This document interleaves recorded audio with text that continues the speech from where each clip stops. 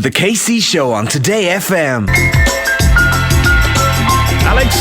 Morning, KC, you alright? Hello, Alex. How are you, sir? I'm grinning all over my chops. The size of that smile, Alex, the size of it. I mean, I've never seen you smile so much. You're excited about this big news today, then? You know, you can't beat an Irish crowd. This year it's about visiting fans around the world that we haven't seen for a while. This is really the only show that we're doing in the whole of the UK and Ireland.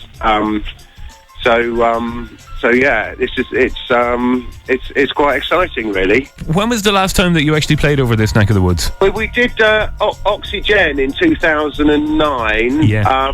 And before that, it was like the Point Depot that was like 1999. I mean, that's ancient history. That's so long ago. But I mean, we actually played in Ireland before. We had some great nights at McGonagall's over the years, but we actually played in Ireland before we got signed, because the first guy to write about us was an Irish journalist called Leo Finlay, and he asked us to play at his wedding. Brilliant! And did you do his wedding? It was absolutely. It's like the best night ever. It was amazing, because it was the first time we'd all got on an aeroplane together, and it was in the days when aeroplanes were like flying pubs. You know, they were throwing champagne at you, and you had to smoke on takeoff, and it was like a crazy, happy memories.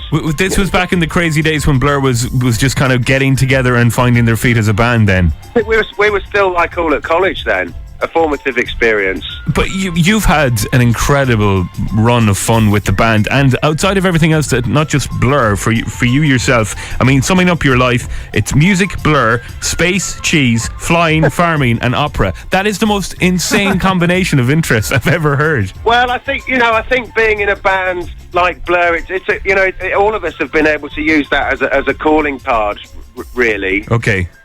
You know, and explore things that we're interested in.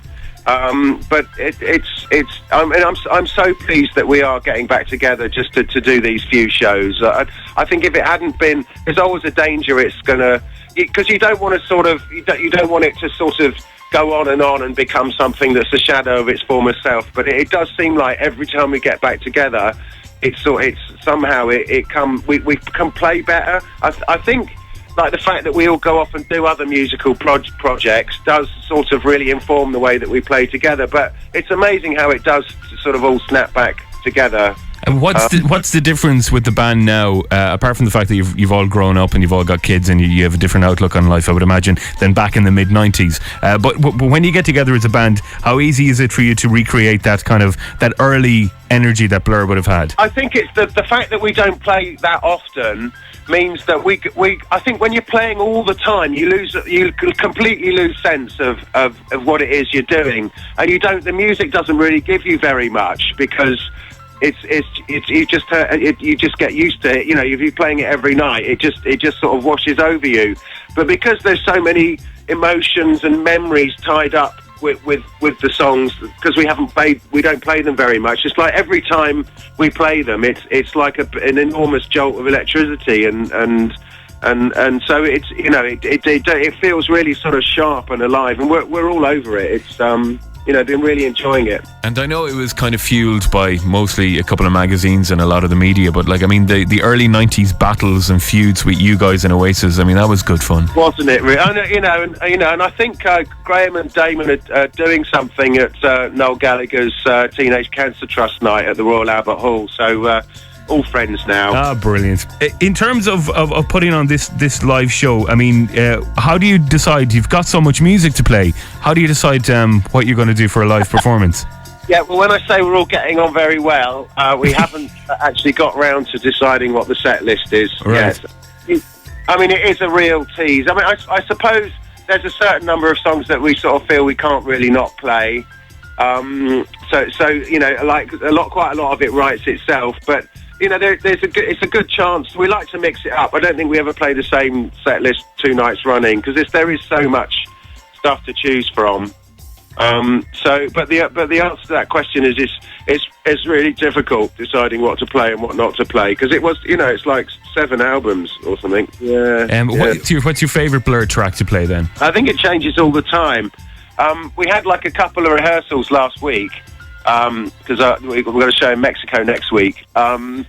And it was like, we had the whole week booked out for rehearsals, and we went through it on Monday morning, and it sounded brilliant. But what was really good last week was For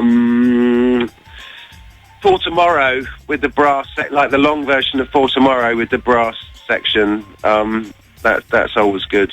That's always good.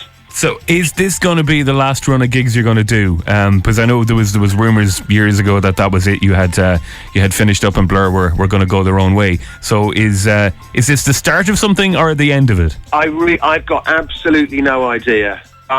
It seems I can't see a sort of downside. I can't see a downside to sort of doing a few great gigs every now and then. But you don't want it to. I think it's an amazing sort of legacy, and we've always felt that you want to leave it somewhere brilliant rather than it sort of petering out. I think if we hadn't have been asked to do that big Olympics closing ceremony thing last summer, it may well have just never happened, but it was just so brilliant, and we really did feel like the best gig we've ever done. So as long as it feels like that, then I think there's no reason not to do it.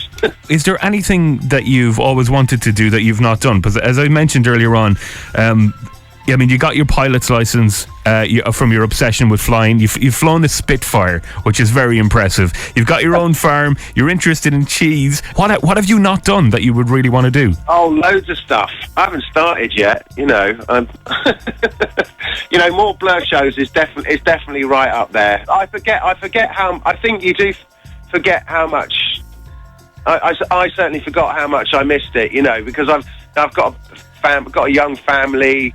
I sort of feel quite preoccupied with, running a farm, and it's all very absorbing. But then, getting on stage with the boys and smashing out a few songs, it was suddenly like, oh wow, actually, this is what I was born to do. It does. It's sort of. I think I don't sort of consciously spend my life missing it, but like when it happens, it's like, oh, this is absolutely brilliant. So, well, listen, we have to let you go there. Thank you so much for chatting to us. Blur return to Dublin at the Irish Museum of Modern Art in Kilmainham, Dublin on Thursday, 1st of August. You can grab tickets on Thursday morning through usual outlets. Alex, it's been a pleasure. We can't wait for the gig. Cheers, KC.